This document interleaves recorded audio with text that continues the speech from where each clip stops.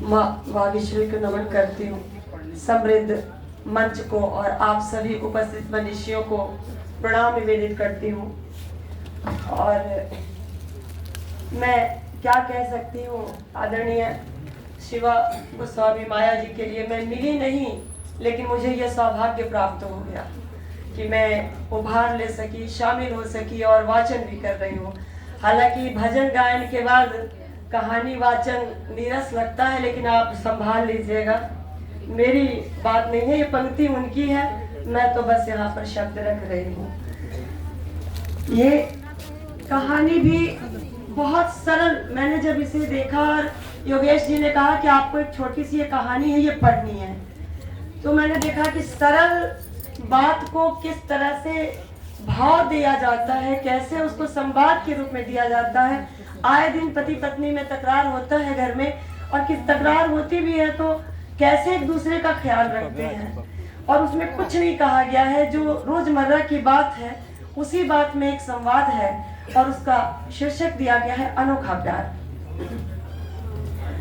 करुणा कितनी देर से अपने पति को पुकार रही थी, अजी सुनते हो, चाय पी लो आकर, परंतु शायद अरुण अपने काम में व्यस्त था, वो सुन नहीं पाया।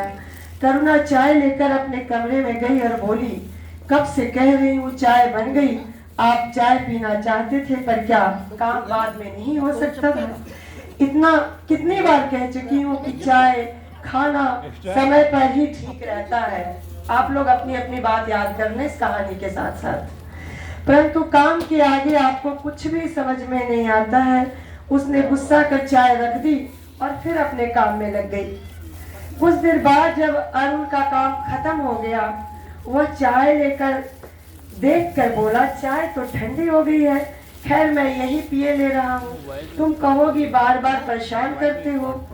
करुणा ने चिल्ला कर कहा, कब की चाय दे आई हूँ, समय पर नहीं पियोगे तो कब तक गर्म बनी रहेगी? आप ठंडे दिमाग से सोचना इसमें। वह सब्जी बना रही थी, इसलिए चाय गर्म करने की बात भूल गई। अरुण ने फिर पुकारा, परंतु वह सुन न पाई। थोड़ी देर के बाद सब्जी बनाकर दोबारा चाय लेकर निकल रही थी। ये पंक्ति मुझे मार्मिक लगी, सोचनीय है कि अरुण चाय का कप लेकर किचन में आ गया। करुणा ने कहा, किचन में क्यों आ गए, मैं दोबारा चाय बना रही थी। अरुण ने दुखी स्वर में कहा, तुमने जवाब नहीं दिया, मैं तो समझा कि तुम गुस्सा हो गई हो। करुणा मुस्कुरा दी। अरुण ने कहा, गुस्सा हो जाओ कोई बात नहीं, पर जवाब जरूर दिया करो। आमतौर पे हम लोग जब गुस्सा होते हैं तो जवाब नहीं देते हैं। ये संदेश है आप लोगों के लिए तो नहीं, शायद हम लोग के लिए ही है, लेकिन मैं आप तक पहुंचा रही हूँ कि जवाब जरूर दिया करो। दोनों ने प्यार से एक दूसरे को, तुम जवाब, मैं घबरा जाता हूँ जब जवाब नहीं देती हो। दोनों ने प्यार से एक दूसरे का हाथ थाम लिया। ये छोटी सी तकरार प्यार में बदल गई है। मैं फिर से एक बार आदरणीय गोस्वामी जी को प्रणाम करती हूँ, साधुवाद देती हूँ कि जिन्होंने स्मृति शेष को जीवंत किया है।